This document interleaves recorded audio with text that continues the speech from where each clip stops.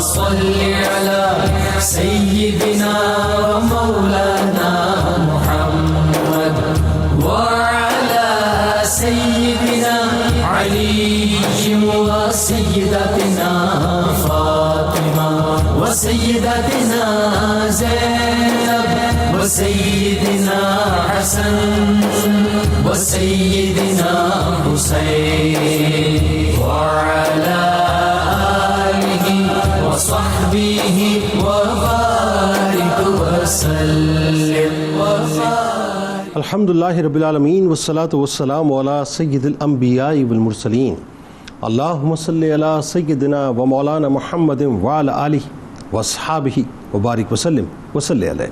دنیا کے تمام دیکھنے والوں کو، تمام چاہنے والوں کو، تمام پیار کرنے والوں کو، اور جہاں جہاں تک اس وقت میری آواز کو سنا اور مجھے دیکھا جا رہا ہے، جنید اقبال کی جانب سے انتہائی محبت کے ساتھ السلام علیکم۔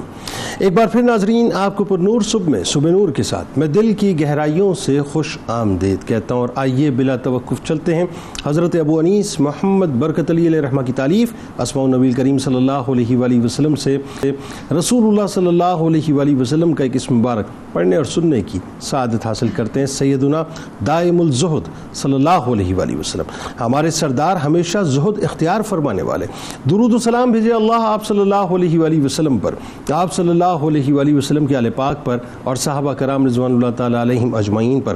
حضرت عمر فاروق رضی اللہ تعالیٰ عنہ بیان کرتے ہیں کہ حضور نبی کریم صلی اللہ علیہ وآلہ وسلم نے ارشاد فرمایا کہ اللہ تعالیٰ کے بندوں میں سے بعض ایسے بھی ہیں جو نہ تو نبی ہیں اور نہ شہید، لیکن اللہ تعالیٰ کے نزدیک قیامت کے دن ان کا جو درجہ ہوگا اسے دیکھ کر نبی اور شہید ان کی تحسین کریں گے۔ ہمارے ساتھ رہے ناظرین، انشاءاللہ آج شیخ الاسلام حضرت علامہ بدر الدین عینی رحمۃ اللہ علیہ، انتہائی عظیم المرتبہ ہستی، ناظرین ان کی بارگاہ میں ہدیہ عقیدت پیش کریں گے۔ یعنی آج 8ویں اور 9ویں صدی ہجری کے آسمان علم و فضل کے مہتاب کی بارگاہ میں مل کر ہدیہ عقیدت پیش کرتے ہیں، جو شیخ المحدثین ہیں، امام المتکلمین ہیں، راس المفسرین ہیں، مؤید الحنفیین ہیں، قاضی الاسلام والمسلمین ہیں، حافظ و شارح احادیث سید المرسلین ہیں، استاذ الفقہاء الکاملین ہیں، جامع المنقولات و معقولات ہیں، شارح بخاری ہیں، حافظ الحدیث ہیں، مورخ جلیل ہیں، مصنف کتب کثیرہ ہیں، جنہیں مکتبہ علم و فضل کے افراد انتہائی ادب سے سروں کو جھکا کر حضرت علامہ بدر الدین عینی رحمۃ اللہ علیہ کے نام سے پکارتی ہے۔ علامہ عینی رحمۃ اللہ علیہ ناظرین ایک خاص مقام اور مرتبہ رکھتے ہیں، اور آپ کے اجداد کو بھی اللہ تبارک و تعالیٰ نے بے حد بلند مقام سے نوازا تھا۔ یعنی اس زمانے کے اندر، جس زمانے میں آپ کے اجداد موجود تھے، لوگ سروں کو جھکا کر آپ سے ملا کرتے تھے اور انتہائی اکرام آپ کا کیا کرتے تھے۔ آپ رحمۃ اللہ علیہ نے اس گھرانے میں پرورش پائی جو اپنے علم و فضل، تقوی و دیانت میں پورے علاقے میں انتہائی ممتاز حیثیت کا حامل تھا۔ آپ رحمۃ اللہ علیہ کا خاندان مشہور علمی اور دینی خاندان تھا، جو اپنے دینی و اصلاحی کام اور دیگر خدمات کے حوالے سے خاصا معتبر مانا جاتا تھا۔ آپ کے والد اور دادا جان دونوں ہی کو اللہ تبارک و تعالیٰ نے بے انتہا بلند مقام عطا کیا تھا کہ اپنے اپنے وقت میں قاضی کے عہدے پر فائز رہے، اور جن کا زہد و تقوی اس وقت مثالی تھا۔ یعنی اس بات سے ناظرین آپ اندازہ کیجئے کہ یہ خاندان اور اس خاندان سے جڑے ہوئے سارے لوگ معاشرے میں خاص مقام اور مرتبہ رکھتے تھے۔ یہی وجہ ہے کہ علامہ عینی رحمۃ اللہ علیہ کی ابتدائی تعلیم و تربیت اپنے والد کے دست مبارک میں ہوئی، اور ایسی تعلیم و تربیت ہوئی کہ دنیا پکار اٹھی کہ آپ رحمۃ اللہ علیہ امام فاضل ہیں، محدث کامل ہیں، فقیہ بے عدیل ہیں، علامہ بے تمثیل ہیں، عارف عربیت و تصریف ہیں، حافظ لغت ہیں، سریع الکتابت ہیں، تخریج احادیث اور اس کے کشف و معنی میں وسعت کامل رکھنے والے بھی ہیں۔ آپ رحمۃ اللہ علیہ کے علمی وسعت کا اندازہ ناظرین اس بات سے لگائیے کہ آپ کی عمدۃ القاری شرح صحیح بخاری سے لگایا جا سکتا ہے، جس میں اللہ تبارک و تعالیٰ نے آپ کو بے حد مقام عطا کیا، جس کی علمی مہکار سے آج بھی تشنگان علم اپنے وجود کو مہکا رہے ہیں۔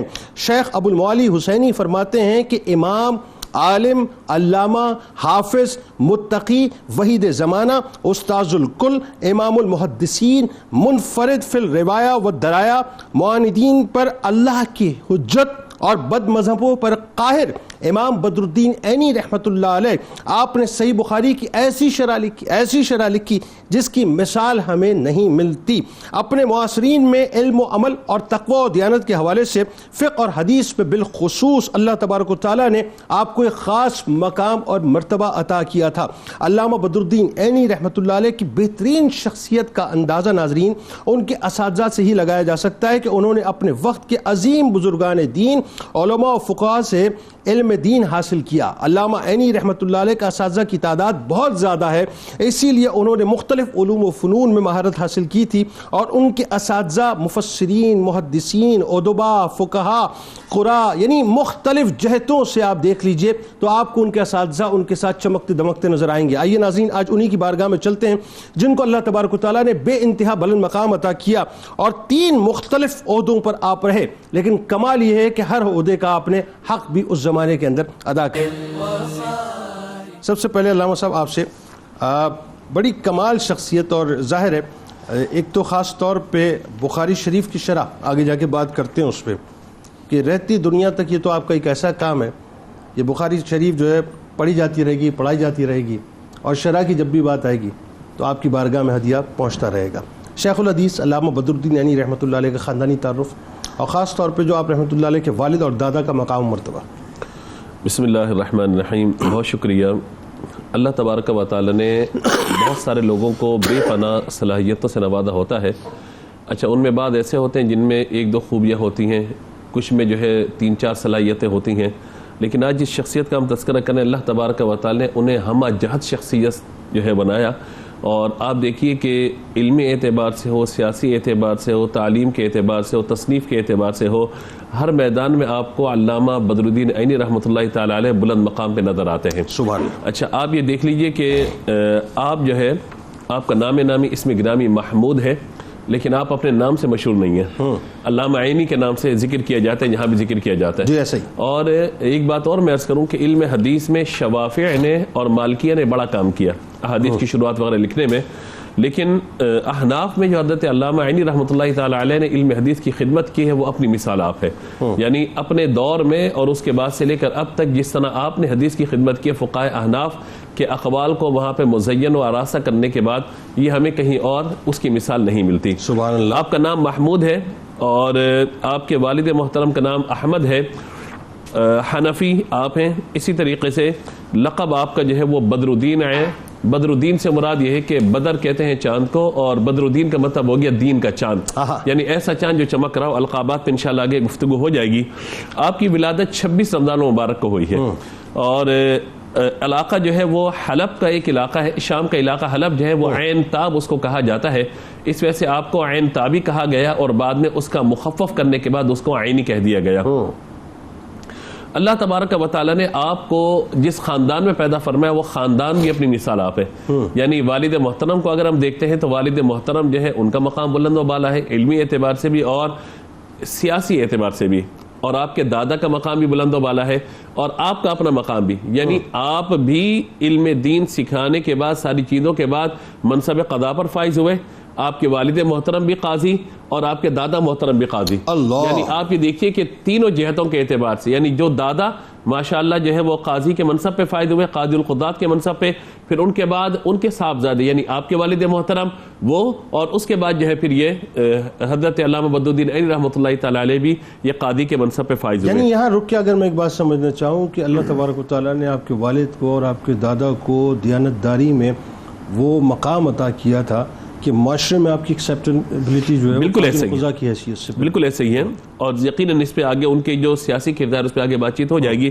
میں یہاں پہ آپ کے والد محترم کے حوالے سے جو آپ نے خاص اسپیسیفک سوال کیا والد محترم کے حوالے سے، میں چاہتا ہوں کہ ان کے والد محترم کے حوالے سے اور دادا کے حوالے سے، دادا کو ہم ذکر کیا قاضی تھے، ظاہر ہے کہ ان کا مقام بلند و بالا، والد محترم کے حوالے سے جو خاص بات ہم نے یہاں ذکر کرنی وہ یہ ہے کہ احمد بن موسیٰ، یہ بھی ظاہر ہے کہ وہاں کے جو ہے وہ عین تاب کے قاضی مقرر کیے گئے۔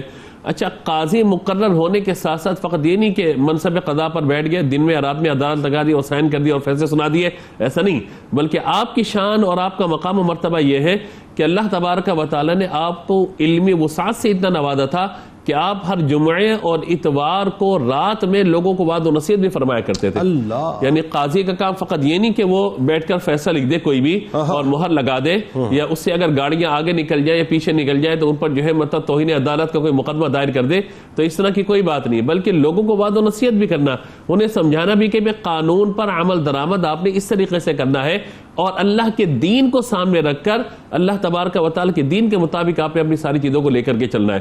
تو ایک قاضی کا فقط منصب فیصلہ کر دینا نہیں ہے, بلکہ لوگوں کی ذہن سازی بھی ہے, انہیں آگاہ بھی کرنا ہے کہ اگر کسی قانون پر عمل درآمد کی آپ بات کر رہے ہیں تو اس کی امپلیمنٹیشن سے پہلے اپنی ذات پر بھی آپ دیکھیے اس کا عمل درآمد کتنا ہو رہا ہے یا نہیں ہو رہا. اسی طریقے سے آپ کے والد محترم کی شان یہ ہے کہ فقط یہ نہیں کہ ایک فیصلہ صادر کر دیا حکم نامہ, بلکہ آپ محب خیر فرد تھے, اور آپ کی شان یہ ہے کہ مہمان نواز بہت زیادہ تھے. کہا جاتا ہے ان کا دروازہ ہم وقت کھلا رہتا تھا لوگوں کے آنے کے لیے کہ آئے مہمان, اور علماء جتنے بھی حلب سے, شام سے, دیگر ممالک سے آتے تھے وہ تمام کے تمام آ کر آپ کے پاس قیام کیا کرتے تھے. سبحان اللہ. یہ بھی ہمیں سیکھنا ہے کہ قاضی کا کام فقط یہ نہیں کہ فیصلہ دینے کے بعد اپنے گھر چلے آنا, بلکہ جو اہل علم ہے ان کی رائے کا احترام کرنا, ان سے رابطہ رکھنا.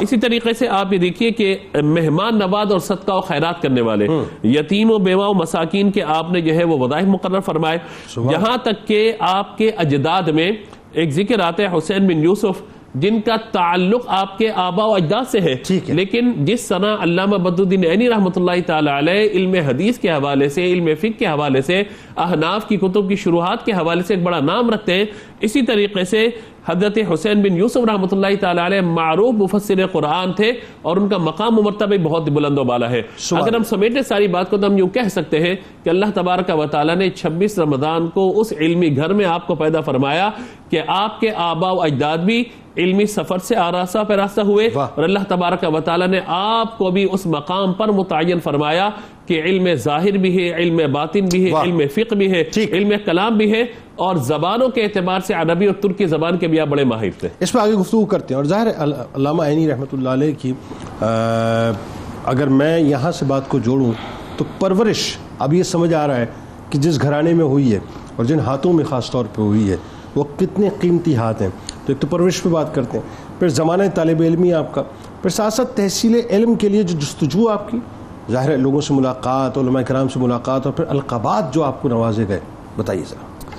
بسم اللہ الرحمن الرحیم. حضرت شیخ الاسلام علامہ بدر الدین عینی رحمۃ اللہ تعالی علیہ کی شخصیت کا یہ مبارک ذکر ہے. اللہ رب العزت ان کے صدقے ہمارے دلوں کو بھی حدیث کے نور کے لیے وسیع اور کشادہ فرمائے. آمین.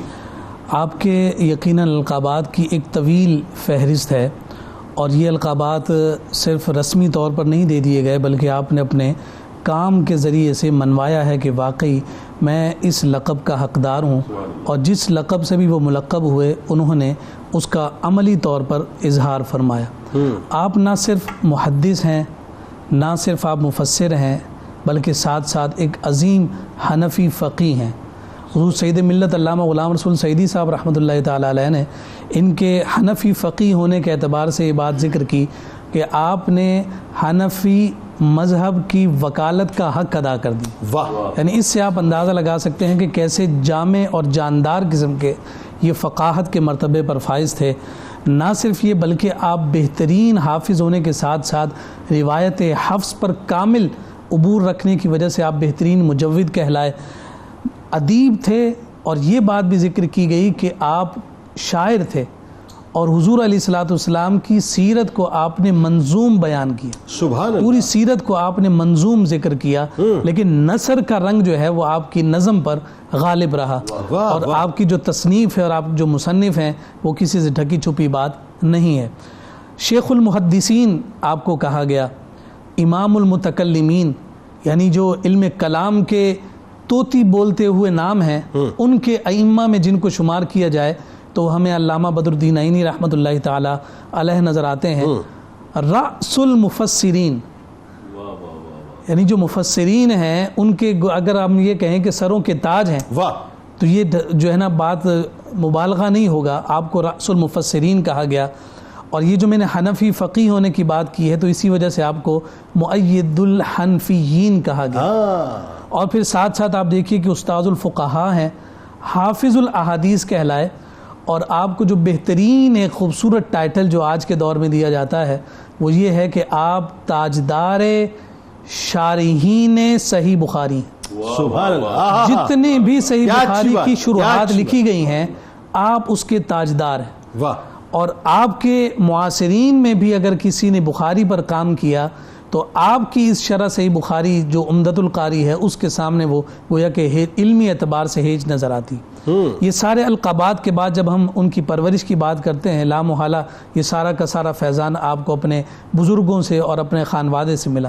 گھر کا ماحول اور گھر کی رونق جیسی ہوگی بچے میں ویسے ہی تربیت کے اثرات مرتب ہوتے ہیں۔ واہ، جس نے آنکھ ہی کھولی ہو کہ ان کے سامنے قلم اور کتاب ہو تو انہوں نے سب سے زیادہ محبت بھی قلم اور کتاب ہی سے کرنی۔ کیا کہ اور یہی وجہ اور یہی سبب ہے کہ آپ نے ابتدائی طور پر ہی اپنے والد بزرگوار جو قاضی تو ہیں ہی اپنے مقام پر جیسا کہ قبلہ مفتی صاحب نے ذکر فرمایا، بلکہ اپنی اولاد کے معاملے میں اتنے حساس اور محتاط ہیں، خود آپ نے اپنے بیٹے کو حافظ بنایا۔ ماشاء یعنی حفظ کے جو استاد ہیں ان کے اپنے والد بزرگوار ہیں، اور انتہائی کم سنی کی عمر میں آپ حافظ ہو گئے۔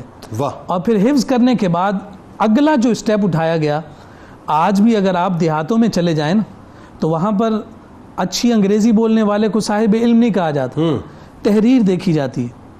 جس بزرگ کی تحریر خوبصورت ہوگی تو کہا جاتا ہے کہ یہ بڑا پڑھا لکھا آدمی۔ ہاں، اچھا، آپ کے والد بزرگوار نے علامہ عینی کی تحریر پر بہت زیادہ توجہ دی، ٹھیک، اسی وجہ سے آپ بہترین کاتب تھے۔ اور آپ نے بھی اپنے جو سرنامہ کلام میں ایک ان کی خاصیت ذکر کی ہے کہ آپ سریع الکتابت تھے، وہ اسی وجہ سے تھے کہ بچپن ہی میں آپ کی تحریر پر آپ کے والد بزرگوار نے جو ہے توجہ دی، اور اس وقت کے بہترین رسم الخط کے حامل فرد جناب محمود بن احمد بن ابراہیم قزوینی کی جو ہے نا تلمیذ میں بھیجا۔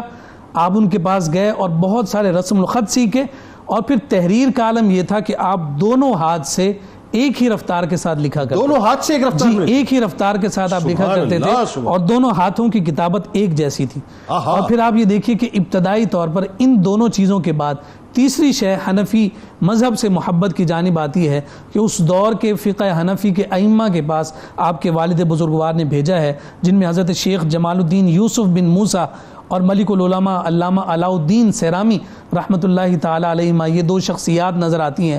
ان کے پاس آپ فقہ کے علم کے لیے تشریف لے گئے اور اپنی ان ابتدائی جملہ دروس کو حاصل کیا، اور پھر اس کے بعد جب آگے بڑھتے چلے گئے اور یہ نور پھیلا تو اس کی روشنی آج بھی صاحبان علم کو منور کر رہی۔ میں نے یہ عرض کیا نا کہ دیکھیں نا بخاری شریف جو ہے وہ صبح و شام ہر پل ہر لمحہ ہر لحظہ پڑھائی جا رہی ہے، اور ظاہر ہے اس کی شرح کی جب بات آتی ہے تو آپ ان تمام شرح کرنے والوں کے تاجدار ہیں، تو ظاہر ہے تاجدار کا تذکرہ تو آئے گا، تاجدار کی شرح تو سامنے آئے گی، تاجدار کی شرح تو پڑھائی جائے گی، تو پھر سارا ثواب جو ہے وہ تو مستقل ان کی بارگاہ میں پہنچ رہا ہے۔ علامہ صاحب ذرا یہ بتائیے، شیخ الحدیث حضرت علامہ بدر الدین عینی رحمۃ اللہ علیہ نے ہم جب پڑھتے ہیں یہ دیکھتے ہیں کہ کئی اساتذہ سے آپ نے استفادہ کیا، آپ کے شیوخ کے بارے میں، آپ کے اساتذہ کے بارے میں بتائیے، ان کا تعارف، ان کا مقام و مرتبہ، کیونکہ اس سے اسٹوڈنٹ کا بھی ایک قد واضح ہوتا ہے کہ جو اساتذہ کا قد ہے، جن اساتذہ سے استفادہ کیا ہے، تو اسٹوڈنٹ کا قد پھر کیا ہوگا۔ بسم اللہ الرحمن الرحیم۔ علامہ بدر الدین عینی رحمۃ اللہ تعالیٰ علیہ یقیناً ایک ایسی شخصیت ہیں کہ جنہوں نے اس امت پر بڑا احسان کیا ہے۔ جس عمدۃ القاری کا ہم تذکرہ کر رہے ہیں وہ کوئی ایک دو جلدوں پر مشتمل نہیں ہے، اس کی تقریباً 25 مجلدات پر وہ مشتمل ہے۔ تو اس قدر تفصیل کے ساتھ احادیث کی شرح لکھنا، اور پھر ہم یہ دیکھتے ہیں کہ بخاری شریف میں جو روایات ہیں وہ چونکہ امام بخاری کا اپنا رجحان شافعیت کی طرف تھا، تو ایسی روایات ہیں کہ جس میں فقہائے احناف کے خلاف بعض اوقات ہمیں دلائل نظر آتے ہیں۔ تو امام علامہ بدر الدین عینی رحمۃ اللہ تعالیٰ علیہ نے اپنی علمیت کے ذریعے ان احادیث کی شرح ایسی بیان فرمائی کہ ہمیں حنفیت کی بھی وہاں پر تائید نظر آتی ہے۔ تو جب ایسی ہمتن شخصیت ہو، پھر جیسا کہ حضرت نے ذکر کیا کہ آپ بہترین ادیب بھی ہیں، حافظ الحدیث بھی ہیں، پھر آپ نحو کے بھی ماہر ہیں کہ جب حدیث کی شرح کرتے ہیں تو اس کے اندر نحو کا پر بھی کلام کرتے ہیں، تو پھر یقینی سی بات ہے کہ آپ نے جن اساتذہ سے علم حاصل کیا ہوگا وہ اساتذہ بھی ایسے زبردست شخصیات کے مالک ہوں گے کہ ہر ایک اپنے علم میں پختگی رکھتا ہوگا۔ واہ. یہاں پہ ہم چند اساتذہ کا ذکر کرتے ہیں، جن میں پہلے ہیں شرف الدین عیسیٰ بن الخاص سرماری رحمۃ اللہ تعالیٰ علیہ. ان کا جو تاریخ سارے سن وفات ہے وہ 788 ہجری ہے، اور یہ جو ہے وہ احناف میں انتہائی زبردست فقیہ اور مفسر تھے، اور احناف کے زبردست جو فقہاء میں شامل ہیں جنہوں نے مسائل بیان کیے اس میں شامل ہیں. ان سے جو ہے وہ علامہ عینی رحمۃ اللہ تعالیٰ علیہ نے علم معانی اور علم بیان حاصل کیا، جو بلاغت کا ایک زبردست علم ہے اسے حاصل کیا، اور اس کے علاوہ اسی اور دیگر کتب بھی ان سے پڑھی ہیں. پھر اس کے بعد دوسرا نام آتا ہے علامہ العلا احمد بن محمد ایرامی رحمۃ اللہ تعالیٰ علیہ. یہ 790 ہجری میں وفات پاتے ہیں، اور خود یہ علم معانی اور بیان پر بھی زبردست گرپ رکھتے تھے، اور فقہ اور اصول کے اندر بھی بڑے ماہر تھے، اصول فقہ جو ہیں. علامہ عینی رحمۃ اللہ تعالیٰ علیہ کا ان سے بڑا گہرا تعلق تھا، اور فقہ کے اندر ہدایہ کی ایک بڑی مشہور کتاب ہے احناف کی، جن کے اندر حنفی مسائل کو جب ذکر کیا گیا تو اس کے دلائل بھی ساتھ بیان کیے گئے. تو فقہ کے اندر ہدایہ کی تعلیم حضرت سے حاصل کی علامہ عینی رحمۃ اللہ تعالیٰ علیہ نے. جب تفسیر کی بات کرتے ہیں تو تفاسیر کے اندر ایک تفسیر کشاف ہے جو ہم یہ سمجھ سکتے ہیں کہ نحو کے اعتبار سے اس تفسیر کا اپنا ایک بڑا مقام ہے، محولہ کتاب ہے. تو تفسیر کشاف جو ہے وہ بھی علامہ عینی رحمۃ اللہ تعالیٰ علیہ نے ان سے پڑھی ہے. اور پھر اس کے علاوہ ہم دیکھتے ہیں کہ اصول فقہ، یہ اس میں اصول فقہ کے اندر علامہ سعد الدین تفتزانی رحمۃ اللہ تعالیٰ علیہ کی کتاب ہے التنقیح، وہ جو ہے علامہ عینی رحمۃ اللہ تعالیٰ علیہ نے علامہ سیرامی رحمۃ اللہ تعالیٰ علیہ سے پڑھی. اور پھر اس کے بعد اگر ہم دیکھتے ہیں کہ دیگر جو علوم ہیں وہ بھی ان سے حاصل کیے. پھر اس کے بعد تیسرا نام آتا ہے نجم الدین احمد بن اسماعیل حنفی دمشقی رحمۃ اللہ تعالیٰ علیہ کا. یہ جو ہے یہ بھی فقہ اور حدیث کے ماہر تھے، اور اپنے زمانے میں یقیناً ان کا بھی ایک مقام و مرتبہ تھا. علامہ عینی رحمۃ اللہ تعالیٰ علیہ نے صحیح بخاری شریف کا ابتدائی حصہ ان سے پڑھا ہے. تو ہم یہ کہہ سکتے ہیں کہ اگر ہمیں عمدۃ القاری میں کوئی فیض نظر آتا ہے تو یہاں پر ان کے اساتذہ میں خصوصاً علامہ نجم الدین رحمۃ اللہ تعالیٰ علیہ کا بھی ایک حصہ ہے. پھر اسی طریقے سے یوسف بن موسیٰ جمال الدین رحمۃ اللہ تعالیٰ علیہ کا نام آتا ہے. یہ 803 ہجری میں وفات پاتے ہیں. یہ حنفی بزرگ تھے اور احناف کے زبردست فقیہ تھے. ان سے جو ہے وہ علامہ بدر الدین رحمۃ اللہ تعالیٰ علیہ نے اصول فقہ کے اندر اصول بزدوی پڑھی ہے، حسامی پڑھی ہے، اور ہدایہ بھی ان سے پڑھی ہے. اب آپ دیکھیں کہ ایسے زبردست جو ماہر اساتذہ ہیں ان سے اصول فقہ بھی حاصل کر رہے ہیں، فقہ بھی حاصل کر رہے ہیں، حدیث بھی پڑھ رہے ہیں. پھر اس کے بعد ایک اور نام آتا ہے عمر بن ارسلان یلقینی رحمۃ اللہ تعالیٰ علیہ کا. یہ سن 805 ہجری میں وفات پاتے ہیں. اور یہ جو ہے وہ اپنے زمانے میں قاہرہ کے سب سے بڑے عالم تھے. اور ان کے بارے میں آتا ہے کہ فقہ، حدیث اور اسماء الرجال کے ماہر تھے. اسماء الرجال ایک ایسا علم ہے کہ جس میں جو راویان حدیث ہیں ان کے بارے میں کلام ہوتا ہے کہ یہ راوی کس درجے کا تھا، اس راوی سے ہمیں حدیث کو قبول کرنا ہے یا نہیں کرنا، یہ اس میں مہارت رکھتے تھے. ایک ایک راوی کے اوپر کلام کرنا ان کا جو ہے وہ سمجھ لیں مشغلہ تھا، اس کے بارے میں چہن پٹک کرنا کہ یہ راوی کس درجے کا تھا. ان سے جو ہے وہ علامہ عینی رحمۃ اللہ تعالیٰ نے علوم حدیث حاصل کی ہیں. اسی لیے ہم دیکھتے ہیں کہ جب علامہ عینی رحمۃ اللہ تعالیٰ علیہ عمدۃ القاری کے اندر جب حدیث کی روایات پر کلام کرتے ہیں، راویوں پہ کلام کرتے ہیں، تو اس میں زبردست ہمیں انداز نظر آتا ہے. علامہ عینی رحمۃ اللہ تعالیٰ علیہ بیان کرتے ہیں کہ یہ حدیث جس راوی نے بیان کی اس کا درجہ کیا تھا، تو یہ اپنے استادوں سے فیض حاصل کیا. پھر اس کے بعد ہمیں ایک اور نام ملتا ہے ابو الفضل قردی عراقی رحمۃ اللہ تعالیٰ علیہ کا. یہ سن 806 ہجری میں وفات پاتے ہیں. شافعی تھے یہ. اور یہاں پر اب آپ دیکھیں کہ علامہ عینی نے صرف احناف سے علم حاصل نہیں کیا، شوافی سے بھی علم حاصل کیا. اور یہ شافعی بزرگ تھے، حدیث کے زبردست امام تھے. ان سے علامہ عینی رحمۃ اللہ تعالیٰ علیہ نے صحیح مسلم پڑھی ہے، جو سیاہ ستہ میں دوسرے نمبر پر آتی ہے بخاری شریف کے بعد.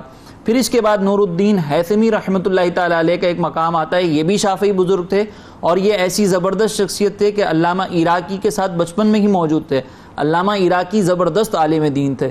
ان سے جو ہے وہ علامہ عینی رحمۃ اللہ تعالیٰ نے بکثرت روایت ذکر کی. اور آخر میں ایک نام آتا ہے تقی الدین ابو بکر الدجوی رحمۃ اللہ تعالیٰ علیہ کا. یہ بھی شافعی بزرگ تھے، حدیث کے ماہر تھے، تاریخ کے ماہر تھے، فقہ میں ماہر تھے، حساب میں ماہر تھے. ان سے علامہ عینی رحمۃ اللہ تعالیٰ علیہ نے سیاہ ستہ پوری پڑھی ہے. سبحان اللہ. تو اب ہم یہ دیکھتے ہیں کہ علامہ عینی رحمۃ اللہ تعالیٰ علیہ کی شخصیت میں جو ہمیں یہ نکھار نظر آتا ہے ان میں ان اساتذہ کا فیض شامل. کیا کہنا. اور کمال یہ کہ صرف پھر احناف نے ہی آپ سے استفادہ نہیں کیا، دیگر مسالک اور مکاتب فکر کے افراد نے بھی آپ سے اسی انداز سے جی آپ سے بھی استفادہ کیا اور آپ نے بھی دیگر سے بالکل بالکل ایسا. اللهم صل على سيد. علامہ صاحب ذرا یہ فرمائیے کہ حضرت عینی رحمۃ اللہ علیہ کے مشہور اسفار خاص طور پہ وہ بتائیے ہمیں، اور اس کی وجوہات کیا تھیں؟ بسم اللہ الرحمن الرحیم. ایک اردو ادب کا محاورہ ہے کہ سفر وسیلہ ظفر. ٹھیک. انسان کی زندگی میں جتنا زیادہ سفر ہوگا اور با مقصد سفر ہوگا وہ اتنا ہی زیادہ کامیاب ہوگا. اچھا، سفر بھی مختلف طریقوں سے ہوتا ہے. ایک تو یہ کہ بندہ اپنے کاروبار کے لیے یا اپنی روزی روزگار کے لیے سفر کرتا ہے، یا رزق کے لیے سفر کرتا ہے، یا لوگوں سے تعلقات کے لیے سفر کرتا ہے، یا سیر و سیاحت کے لیے سفر کرتا ہے. اکابرین امت اور خاص طور پر ان اکابرین جن کا ہم ذکر کر رہے ہیں، اور بالخصوص حضرت علامہ بدرالدین عینی رحمۃ اللہ تعالیٰ علیہ کے جو سفر ہے ان کا تعلق علم سیکھنے اور سکھانے کے حوالے سے ہے. حضرت امام شافعی رحمۃ اللہ تعالیٰ علیہ کا ایک مشہور شعر ہے جس کا خلاصہ یہ ہے، فرماتے ہیں کہ اگر میری زندگی میں علم کے لیے سفر نہ ہو تو میں اپنی زندگی کو گویا کہ تلف کرنے والا ہو جاؤں گا. اسی لیے اکابرین کو آپ دیکھیں کہ ہر طرف وہ سفر کرتے ہیں، جہاں بھی انہیں خبر ملتی ہے کہ کہیں کسی کے پاس حدیث موجود ہے یا علم فقہ موجود ہے، علم کلام سے متعلق کوئی بات موجود ہے، وہاں پہ سفر کرتے ہیں. علامہ بدرالدین عینی رحمۃ اللہ تعالیٰ علیہ کی ابتدائی تعلیم اور تربیت کے حوالے سے گھر کا ذکر ہوا، اساتذہ کا بھی ذکر کیا گیا. اب ظاہر ہے کہ فقط وہ اساتذہ آپ کے شہر کے اندر عین تاب کے اندر موجود نہ تھے، بلکہ مختلف جگہوں پر موجود تھے. تو پہلا سفر کہا جاتا ہے آپ نے عین تاب سے اس قصبے سے نکل کے آپ نے حلب یعنی شام کی طرف کیا. وہاں پر آپ تشریف فرما رہے اور وہاں پر اپنے اساتذہ سے تعلیم حاصل کر رہے تھے کہ اسی دوران آپ کو خبر ملی کہ آپ کے والد محترم کی رحلت ہو گئی ہے. تو آپ اپنے شہر واپس تشریف لائے اور پھر وہیں کے اساتذہ سے اکتتاب فیض آپ نے شروع کیا. اس دوران آپ کا جانا بیت المقدس ہو گیا. جب وہاں پر آپ پہنچے ہیں تو ذکر کیا جاتا ہے کہ وہاں پہ شیخ علاء الدین رحمۃ اللہ تعالی علیہ جو اس دور کے بہت بڑے عالم تھے، ان کی تشریف آوری وہاں پر ہوئی اور آپ کی خواہش تھی کہ میں ان سے ملاقات کروں اور ملاقات کر کے واپس جو ہے وہ اپنے جو قصبہ تھا آپ کا عین تاب اس طرف میں واپس لوٹ جاؤں. لیکن یہ اتفاق یہ کہ جب شیخ سے آپ کی ملاقات ہوئی ہے تو شیخ نے آپ کی جو پیشانی پر ایک نور موجود تھا اس کو دیکھا اور دیکھنے کے بعد فرمایا کہ آپ ہمارے ساتھ مصر چلیں گے. تو آپ نے فرمایا کہ میں تو اپنے شہر جانے کا ارادہ رکھتا ہوں دوبارہ. انہوں نے فرمایا نہیں، اب ہم نے کہہ دیا تو آپ ہمارے ساتھ آپ مصر چلیں گے. انہوں نے آپ کا ہاتھ پکڑا اور آپ خود اس بات کو ذکر فرماتے ہیں کہ میرے دل میں یہ تھا کہ میں شیخ سے اجازت لوں اور واپس اپنے شہر چلا جاؤں. والد محترم کی رحلت ہو گئی ہے اور میں چاہتا ہوں کہ اپنے شہر میں موجود رہوں، دائرے کے خاندان وغیرہ سب وہاں موجود ہے. اب یہاں سے میں شام کی طرف تو آ گیا لیکن یہاں سے اب میں مصر چلا جاؤں تو ایک بڑا معاملہ ہو جائے گا. کہتے ہیں کہ شیخ کی محبت اتنی تھی، ان کی دعوت میں اتنا اثر تھا کہ میں نے ان کی دعوت کو رد نہیں کیا. میں ان کا ہاتھ پکڑا، ان کے ساتھ اسی وقت مصر کی طرف چلا گیا. اور شیخ نے بھی پھر اس وعدے کا وفا کس طریقے سے کیا کہ آپ کو اپنے ساتھ رکھا اور وہاں پر مدرسہ ظاہریہ البرقوقیہ کا قیام فرمایا اور آپ کو وہاں پر اپنا نائب مقرر فرمایا. آپ فرماتے میں وہاں پڑھتا بھی رہا، پڑھاتا بھی رہا، علم کا درس بھی دیتا رہا، سیکھتا بھی رہا اور سکھاتا بھی رہا. تو یہ پورا معاملہ آپ کا جو ہے رہا. اور مصر کے اندر بھی قاہرہ جو اس وقت مرجع خلائق تھا اور لوگ وہاں پہ جاتے تھے، علماء کی بڑی تعداد وہاں موجود تھی، وہاں پر آپ جو ہے وہ سفر کیا آپ نے اور وہاں پر آپ نے علم حاصل کیا. پھر آپ فرماتے ہیں کہ مجھے ایک دل کے اندر یہ بات تھی کہ میں بخاری پڑھنے کے لیے کہیں سفر کروں.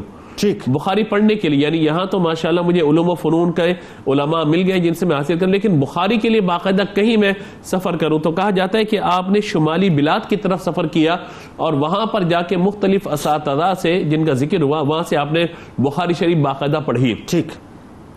اور پھر اس کے بعد آپ جو ہے وہ مدرسہ نوریہ وہاں تشریف لے گئے. سلطان نور الدین نے اس مدرسے کو قائم کیا، اس وجہ سے اس مدرسے کو نوریہ کہا گیا. اور وہاں پہ جو شیخ موجود تھے حافظ ابو القاسم ابن عساکر رحمۃ اللہ تعالی علیہ، جن کا بہت بڑا مقام و مرتبہ ہے تاریخ کے اعتبار سے. تو کہتے کہ وہاں پر میں پہنچا لیکن وہاں پر آپ کو بڑی مشکلات ہوئی. آپ نے کنز الدقائق کے مقدمے میں ان مشکلات کا ذکر بھی کیا کہ ہمارے ساتھ کیا کیا معاملہ ہوا، سیاسی طور پہ بھی اور مذہبی طور پہ بھی اور مالی طور پہ بھی بڑی مشکلات کا سامنا رہا. یہاں تک کہ کہا جاتا ہے ایک سفر آپ کا جو ہے وہ آپ نے جو ہے وہ کیا نہنا یا بہنا کی طرف کے دو الفاظ موجود ہیں، نون کے ساتھ بھی اور با کے ساتھ بھی. ایک سفر آپ نے اس طرف بھی فرمایا. ان تمام اسفار کو جب ہم جمع کرتے ہیں تو پیچھے ایک ہی مقصد نظر آتا ہے، وہ کیا ہے؟ علم دین کا حصول یعنی علم سیکھنا اور علم کی دعوت کو آگے بڑھانا، سیکھنا اور سکھانا. بلغوا عنی ولو آیہ کی اگر عملی تفسیر میں نظر آتی ہے، تقریری طور پر، تحریری طور پر، سیکھنے کے طور پہ، سکھانے کے طور پر، تو آپ کی ذات ہمیں نظر آتی ہے. حضرت یحییٰ بن معین رحمۃ اللہ تعالی کے ایک قول میں ضرور یہاں ذکر کرنا چاہتا ہوں. بتائیے. وہ فرماتے ہیں کہ ہدایت چند چیزوں سے حاصل ہوتی ہے، اور ان میں ایک یہ ہے کہ انسان تعلیم کے لیے اپنے اسفار کبھی بھی مؤخر نہ کرے. واہ. یعنی سیکھنے کے لیے کبھی بھی اپنے سفر کو نہ روکے. فرمایا جو شخص اپنے شہر میں موجود رہے گا کنویں کا مینڈک بنا رہے گا، دوسرے شہروں میں اگر سفر نہیں کرے گا علم حاصل نہیں کرے گا. اللہ. آخر میں اب ذرا یہ بتائیے علامہ صاحب کہ آپ بنیادی طور پہ جو آپ کی ایک تو یہ ظاہر ہے مذہبی مصروفیات آپ کی ہے نا، اچھا جدا ہو سیاست سے تو رہ جاتی ہے چنگیزی، یہ بھی آپ نے بتلا دیا کہ جی سیاسی مصروفیات بھی آپ کے ساتھ ساتھ رہیں، مختلف عہدوں پر بھی آپ جو ہے وہ تشریف فرما رہے، خدمات انجام دیتے رہے، وہ بھی ذرا آپ بتائیے. بسم اللہ الرحمن الرحیم. علامہ عینی رحمۃ اللہ تعالیٰ علیہ کی اگر ہم سیاسی مصروفیات دیکھیں اور آپ کا جو تدریس کا معاملہ تھا اس کو بھی ہم دیکھیں تو آپ تدریس میں بھی پیچھے نہیں رہے اور آپ جو ہے وہ اپنے سیاسی معاملات میں بھی پیچھے نہیں رہے. جب تدریس کرنے پر آئے تو ایک سے ایک ہیرا آپ نے تراشا اور زبردست شاگرد آپ نے امت کو عطا فرمایا، جن میں خصوصی طور پر 2 شاگردوں کا ذکر کروں گا. اس میں علامہ ابن حمام جو صاحب فتح القدیر ہیں، اور یہ انہوں نے ہدایہ کی شرح لکھی ہے جو فتح القدیر کے نام سے ہے، اور ایسی زبردست شرح لکھی ہے کہ انہوں نے اپنی اس شرح کے اندر فقہاء احناف کا انداز استدلال بھی بتایا ہے. جس لفظ پر گفتگو کرنے آئے تو اس کے اصطلاحی معنی بھی بتائے، لغوی معنی بھی بتائے. ایسی زبردست شخصیت.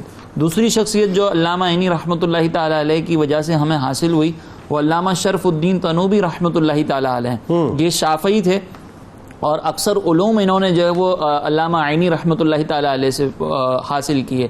ان کے اشعار جو ہے وہ نبی کریم علیہ الصلوۃ والسلام کی نعلین مبارکہ سے متعلق بڑے زبردست ہمیں ملتے ہیں جس میں انہوں نے محبت کا اظہار کیا ہے. اس کا خلاصہ یہ ہے کہ وہ امت کو یہ کہتے ہیں کہ اگر تمہیں نقش نعلین مل جائیں تو تمہیں یہ مبارک ہو، اور جب تمہیں یہ مل جائیں تو تم اس کو اپنی آنکھوں سے لگاؤ، اپنے رخسار سے لگاؤ، اور پھر یہ آگے کہتے ہیں کہ ان سے اپنا تعلق جوڑو، ان سے تعلق کو مضبوط کرو، کیونکہ جب تم ان سے تعلق کو مضبوط کرو گے تو تمہارے لیے کامیابی کی راہیں کھل جائیں گی. پھر آگے یہ بیان کرتے ہیں رکھنے کو مل جائے نالے پاک حضور، پھر کہیں گے تاجدار ہم بھی ہیں. پھر یہ آگے کہتے ہیں کہ اگر تمہیں یہ نالین مل جائیں تو تمہارا ان کو اپنی آنکھوں سے لگانا یہ تمہارے لیے سعادت ہے، اور تم ان سے جب تعلق جوڑو گے تو اس کا مطلب یہ ہے کہ تمہیں نبی کریم علیہ السلام کی بارگاہ میں مقام مل گیا. اور پھر آگے یہ کہتے ہیں کہ اگر تمہیں نقش نالین نہ ملیں تو پھر تم ان کا تصور کرو، یہ تمہارا تصور کرنا ہی تمہارے لیے کامیابی کی سیڑھی ہے. اور ظاہر ہے یہ استاد کی طرف سے منتقل کیا ہوا، یعنی علامہ عینی رحمۃ اللہ علیہ کی طرف سے منتقل کیا وہ عشق ہے، یہ وہ عشق ہے جو شاگردوں میں نظر آتا ہے. تو آپ کے یہ 2 شاگرد ہمیں خاص طور پر نظر آتے ہیں جب آپ تدریس کے میدان میں تھے. اسی طریقے سے ایک اور شاگرد ہیں ابو الخیر سخاوی رحمۃ اللہ تعالی علیہ، یہ بھی شافعی تھے اور انہوں نے 100 سے زائد کتابیں لکھی. تو یہ آپ کی تدریس کا معاملہ ہے. لیکن جب آپ سیاسی معاملات میں آتے ہیں تو وہاں پر بھی آپ 3 عہدوں پر فائز ہوئے، اور ان عہدوں پر فائز ہونے کے لیے خود جا کر آپ نے مطالبہ نہیں کیا تھا، بلکہ آپ کو ان عہدوں پر قاضی کی طرف، سلطان کی طرف سے فائز کیا گیا تھا کہ آپ اس پر فائز رہیں. اس میں 3 شعبے جو ہے بطور خاص نظر آتے ہیں. ایک الحسبہ کہلاتا ہے جس کو ہمارے دور میں ہم یہ کہتے ہیں اکانومسٹ، کہ جو معاشی معاملات کو دیکھتا ہے کہ معاشی معاملات کیسے حل کیے جاتے ہیں اور مشورے دیتا ہے. اس میں آپ اس عہدے پر فائز رہے، لیکن پھر آپ نے اس عہدے سے جو ہے وہ آپ استعفیٰ دیا، اور استعفیٰ دینے کی وجہ یہ تھی کہ آپ نے کپاس کی ایک خاص قیمت مقرر کی کہ جس کی بنیاد پر لوگوں کو آسانی فراہم ہو. لیکن جس کے ذریعے آپ کو نافذ کرنا تھا یہ معاملہ، وہ شخص تھا تھوڑا سا لالچی. اس نے آگے جا کر وہ قیمت میں اضافہ کر دیا اور لوگوں پر وہ قیمت جو ہے وہ بہت زیادہ ادائیگی گراں گزری. تو آپ نے اس بنیاد پر کہ میرا موقف یہ تھا کہ کپاس کی قیمت کم ہونی چاہیے اور اس نے اپنی لالچ کی بنیاد پر زیادہ رکھ دی، تو آپ نے وہ عہدہ چھوڑ دیا. علامہ عینی اپنے وقت میں چیف جسٹس بھی رہے، قاضی القضات کے منصب پر فائز رہے. اس میں بھی آپ نے زبردست قسم سے، زبردست طریقے سے عدل کو نافذ کیا، اور کئی مرتبہ آپ نے چاہا کہ میں اس عہدے سے آزادی حاصل کر لوں، کیونکہ جو فیصلے میں نافذ کرنا چاہتا ہوں اس کے سلسلے میں بڑی رکاوٹیں آتی ہیں. لیکن جب بھی استعفیٰ دیتے سلطان آپ پر زور ڈالتا ہے کہ نہیں آپ جو ہے وہ اس منصب پر فائز رہیں. ایک اور عہدہ جو نظر الاحباس، یعنی آپ نے قاضی القضاء کا جو عہدہ چھوڑا وہ بھی اسی وجہ سے چھوڑا؟ وہ بھی اس بنیاد پر آپ نے ترک کیا تھا کہ آپ کو اپنے فیصلے نافذ کرنے کے سلسلے میں کرپشن کا سامنا تھا. کیا لوگ بیچ میں لوگ کرپشن کرتے تھے، کیا لوگ تھے. اور پھر لوگ جو ہے وہ عوام علامہ بدر الدین رحمۃ اللہ تعالی علیہ سے بدظن ہو جایا کرتی تھی. تو آپ کے معاصرین نے اور آپ کے وقت میں جو منصف مزاج علماء تھے انہوں نے باقاعدہ علامہ عینی رحمۃ اللہ تعالی علیہ کے دفاع میں کلام کیا ہے. انہوں نے تحریر کیا ہے کہ علامہ عینی رحمۃ اللہ تعالی علیہ پر جو الزامات لگائے جا رہے ہیں وہ جھوٹ ہیں. اور پھر اس کے بعد ایک اور یہ دیکھا گیا کہ آپ کو قاضی القضات کے منصب پر جو فائز کیا گیا تھا اس کی ایک بڑی وجہ یہ تھی کہ آپ سے پہلے لوگ جو اس منصب پر فائز تھے وہ رشوت لیا کرتے تھے. اور علامہ عینی جب اس منصب پر فائز ہوئے آپ کو بھی رشوت کی آفر کی گئی، لیکن آپ نے فرمایا کہ میرے نبی نے آخری دور میں یہ علامت بیان کی ہے کہ لوگ رشوتیں لے کر فیصلے کریں گے اور یہ میرے لیے حرام ہے، لہٰذا میں اس سے دور رہتا ہوں. تو یہ آپ دیکھیں کہ علامہ عینی رحمۃ اللہ تعالی علیہ جب چیف جسٹس بنے تو وہاں پر بھی آپ نے پیسہ لے کر اپنے فیصلے کو بدلا نہیں تھا. اور پھر اس کے بعد ایک تیسرا شعبہ ہمیں نظر آتا ہے نظر الاحباس کا. وہ کیا؟ اس شعبے کا مقصد یہ تھا کہ جتنے بھی مدارس دینیہ ہیں، جتنی بھی مساجد ہیں، ان کو فنڈ فراہم کیا جائے، ان کے معاملات کو دیکھا جائے، جو صدقات ہیں، جو خیرات ہیں، ان کو لوگوں سے حاصل کر کے غربا تک پہنچایا جائے. اس کا پورا پراپر طریقہ کار یہ تھا. اور یہ جو منصب ہے اس کا آغاز باقاعدہ حضرت لیث بن سعد رضی اللہ تعالیٰ عنہ نے کیا تھا اور یہ رائج کیا تھا اوقاف کا عہدہ. یعنی اگر میں سمجھوں اس کو آسان الفاظ میں کہ آپ اس وقت کے فیڈرل فائنانس منسٹر رہے، آپ اس وقت کے چیف جسٹس رہے، ٹھیک ہے جی، اور آپ اس وقت کے اپنا فیڈرل منسٹر فار اوقاف رہے. مطلب یوں میں یہ تین عہدے آپ کو دیے گئے تھے. اور یہ ہم جو نظر الاحباس ہے، یہ جو اوقاف کا منصب ہے، اس پہ آپ 36 برس تک بلا ناغہ رہے، کیونکہ اس میں آپ کو جو ہے وہ کسی قسم کا بہت زیادہ مخالفت کا سامنا نہیں تھا. بقیہ جو 2 تھے چونکہ اس میں دیگر معاملات بھی تھے، لوگوں کا سامنا کرنا تھا، تو وہاں پر آپ کو بہت زیادہ پرابلمز کا سامنا ہوتا تھا. تو ہم یہ دیکھتے ہیں کہ علامہ عینی رحمۃ اللہ تعالی علیہ کی شخصیت جہاں علمی مقام و مرتبے کے اعتبار سے بلند ہے، وہاں پر اپنے سیاسی اعتبار سے بھی اپنے علم کے اوپر عمل کر کے ہمیں دکھاتی ہیں کہ اگر سیاست کی جاتی ہے تو وہ سیاست کا انداز یہ ہونا چاہیے جس سیاست کی شریعت نے ہمیں تعلیم دی. بہت اچھے، بہت خوبصورت بات. بہت شکریہ آپ تینوں احباب کا تشریف لائے. اور یہی بات یہ ناظرین، اگر پورا علامہ عینی رحمۃ اللہ علیہ کی شخصیت کا اگر ہم نچوڑ نکالیں اور اس شخصیت سے اگر کوئی پیغام لیں، کیونکہ شخصیات کو ڈسکس کرنے کا مطلب ہی یہی ہے اس پروگرام میں کہ ہم ان شخصیات سے سیکھیں کہ بنیادی طور پر زندگی انہوں نے کیسے گزاری. تو علامہ عینی رحمۃ اللہ علیہ ہمیں پکارتے ہوئے یہ نظر آتے ہیں کہ آج جو یہ ظاہر ہے ہمارے ملک کے اندر بھی اتنی پریشانیاں ہیں نا صاحب، اس کی وجہ یہ ہے کہ مناصب پہ صحیح لوگ صحیح مناصب پہ موجود نہیں ہیں. اگر علامہ عینی رحمۃ اللہ علیہ جیسی شخصیات آج کے دور میں اگر خال اول تو ظاہر اب کہاں نظر آتی ہیں، لیکن اگر ان کا پرتو لے کے کوئی ان کے قدموں پہ چلنے والا نظر آ جائے ہمیں، تو ہمیں چاہیے کہ ان کو مناصب پہ بٹھائیں. پھر دیکھیے کہ پاکستان جا کے کہاں پہ کھڑا ہوتا ہے.